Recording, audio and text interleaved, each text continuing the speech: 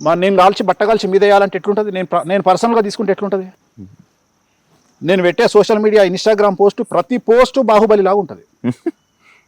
ఎవరి గురించి అయినా సరే ఇక భరిస్తుండు కదా అని నెరీ ఘోరం చేస్తే పిల్లిని కూడా రూమ్ వేసి కొడితే పూల్ అవుతుంది. ఎందుకు? There is a reason. మనకు గట్టు పంచాయతీ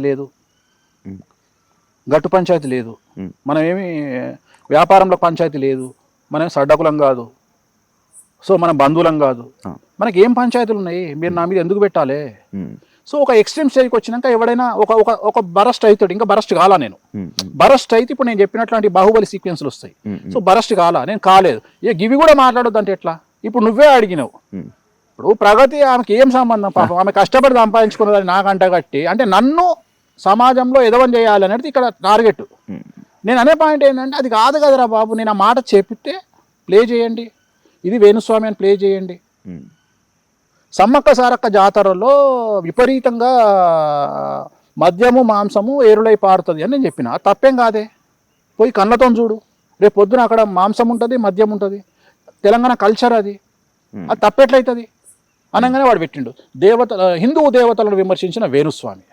ఇది విమర్శించిన ఇది మీడియా అంటే, న్యూస్ ఛానల్ అంటే నువ్వేం చదవాలి? ఉన్న న్యూస్ ఇట్లా చేతులు కట్టుకొని టేబుల్ మీద చేతులు పెట్టి పలాని ఎమ్మెల్యే గారు పలాని మినిస్టర్ గారి గురించి ఇలా చెప్పారు.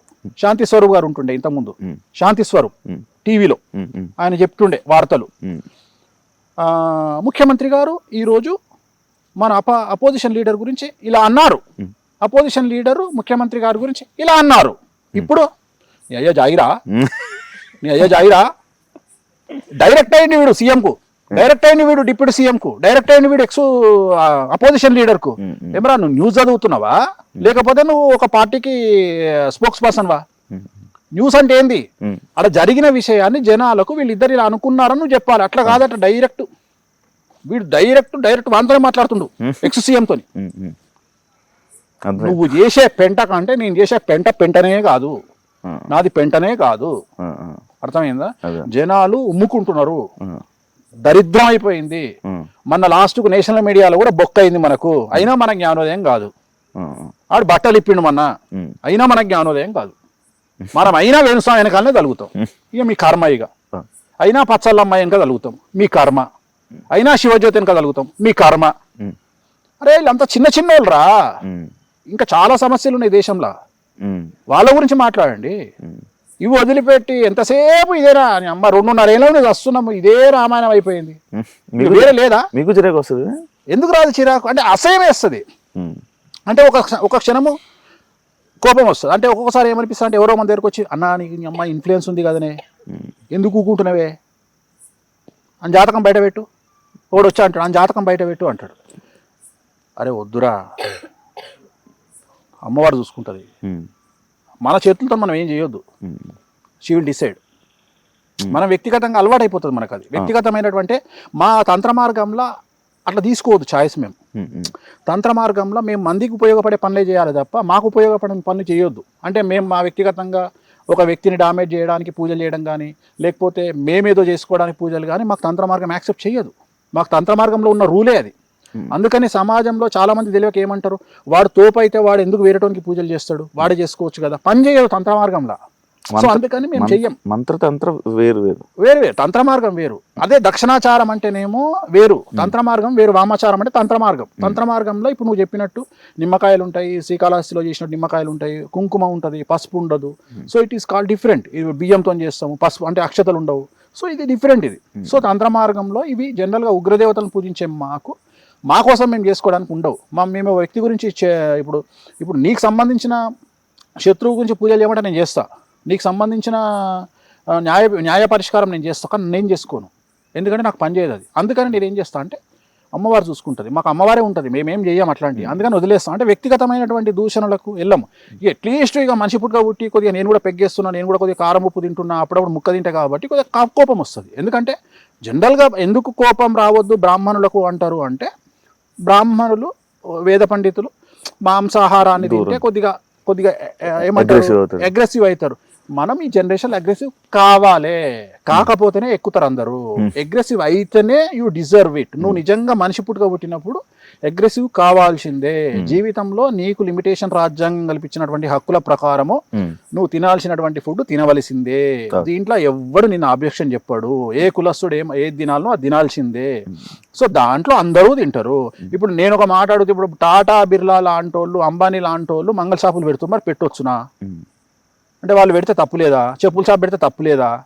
అంటే నీ వృత్తికి సంబంధించినటువంటి వ్యవహారంలో కూడా నువ్వు వేలు పెడుతున్నావు కదా, మరి తప్పు లేదా? మరి అట్లాంటప్పుడు నాలాంటి వాడు మందు తాగితే నీకు వచ్చిన నష్టమే ఉంది? నా వలన అయితే రేటు పెరుగుతలేదు కదా, నీకు వచ్చిన ఇబ్బంది ఏముంది? సో ఈ కోపం అనేటువంటిది సహజం కదా, ఈ కోపం రావడం అనేది సహజం కదా అని నేను చెప్తున్నా. నేను ఇంకా ఇంకా ఇంకా నేను టాప్ 1గా జస్ట్ ఇది 0.1%. సార్ స్వామి గారు, వేణుస్వామి గారు, అది నాకు ఒకటి నేను విన్నా, కామాఖ్య టెంపుల్ దగ్గర లైక్ అమ్మాయిని అబ్బాయిని అంటే సెక్స్ లాంటిది ఒకటి అక్కడ రూమ్స్ ఉంటాయి, అక్కడ చేయిస్తారు అని విన్నాను. ఉండదా? తప్పు అంటే ఒక అమ్మాయిని అబ్బాయిని కలుపుతారు, అస్సలు అవన్నీ పనికిమాలే. అదే చెప్తున్నా నేను. ఇప్పుడు కావాలంటే నేను తీసుకెళ్ళి చూపిస్తాను నీకు, అవన్నీ ఏముండవు. అది ఓయో రూమ్స్ కాదు కదా, కామాఖ్య దేవాలయం. అది ఓయో రూమ్ కాదు, అది కామాఖ్య దేవాలయం. అది కూడా ఒక పూజ అని ఏం లేదు. అంటే ఇదే చెప్తున్నా, ఇంకా అదిగో తోక అంటే ఇదిగో తలకాయ అనే టైపులో దీన్ని అంటే వేణుస్వామిని తొక్కి నారదీయడానికి నోటికి వచ్చింది వాగడం తప్ప ఏముండదు, ఏముండదు, అసలు ఉండనే ఉండదు. అట్లాంటివి అన్నీ ఉండవు అసలు, అది వేస్ట్. సో నీకు అక్కడ ఉండేది ఏంటి అంటే, నీకు దశమహావిద్యలు అంటే 10 అమ్మవార్లు, ఒక్కొక్క అమ్మవారు ఒక్కొక్క నీ కోరికను తీర్చడానికి ఉపయోగపడే. ఒక అమ్మవారు డబ్బు ఇస్తుంది, ఒక అమ్మవారు శత్రువు నాశనం చేస్తుంది, ఒక అమ్మవారు నీకు లగ్జరీ ఇస్తుంది, ఒక అమ్మవారు వశీకరణం ఇస్తుంది. సో ఇట్లా ఒక్కొక్క అమ్మవారు ఒక్కొక్క కోరికను తీర్చే అమ్మవారు, అంతే తప్ప అక్కడ ఇట్లాంటి చెత్తా చెదారం ఉండదు. అసలు ఫస్ట్ నీకు ఉండదు, ప్రాసెసే డిఫరెంట్గా ఉంటుంది. అక్కడ పూజా విధానం డిఫరెంట్, అక్కడ వ్యవహారం డిఫరెంట్. సో అక్కడ ఇప్పుడు నువ్వు అడిగినావు కాబట్టి సందర్భోచితంగా నేను చెప్పదలుచుకున్న పాయింట్ ఏంటంటే, మీరు ఎవరైనా జనాలు అక్కడికి వెళ్ళేవాళ్ళు తెలుగు వాళ్ళకి చెప్పాల్సింది ఏంటంటే, అక్కడ 3 అమ్మవార్లు ఉంటారు. తొందరలో చీకట్లో గమనించకుండా 3 అమ్మవార్లను దర్శించుకొని రండి. సో కామాఖ్య దేవాలయంలో 3 అమ్మవార్లు ఉంటారు ఒకే దగ్గర. మొత్తం అక్కడ 10 మంది అమ్మవార్లు. 10 మంది అమ్మవార్లలో ఒక దేవాలయంలో 3, మిగిలిన 7 సపరేట్ ఉంటాయి. సో జనరల్గా చాలామంది ఫస్ట్ అమ్మవారిని చూసి వెనక్కి తిరిగి వస్తారు. అట్లా కాకుండా చీకట్లో కనిపించదు కాబట్టి 3 అమ్మవార్లు ఉంటారు. 3 అమ్మవార్లను దర్శించుకొని అక్కడ పంతులు గారిని అడిగి, అక్కడ నీళ్లు ఉంటాయి, లోపల నీళ్ళు ఇస్తారు. అమ్మవారి దగ్గర మొత్తం వాటర్ ఉంటుంది. వాటర్లో వెళ్ళిన మనము అక్కడ వాటర్ ఉంటుంది, వాటర్ తాగండి. ఆ పంతులను ₹1 బిల్లు అడుక్కోండి, తీసుకొచ్చి బీరువాలో పెట్టుకోండి. నాకు అసలు టెంపుల్ ఉందని నేను తీసుకెళ్తా ఒకసారి. అంటే నేను తీసుకెళ్ళిన తర్వాత ఇంటర్వ్యూ చేద్దాం. ఓకే, ఎందుకంటే నీకు రైట్స్ ఉంటాయి, ఓకే, నీకు మాట్లాడే రైట్స్ ఉంటాయి. నువ్వు కళ్ళతో చూస్తావు కదా, వాటిని కళ్ళతో చూసిన తర్వాత అప్పుడు ఇంటర్వ్యూ చేద్దాము, చాలా బాగుంటుంది. Thank you much.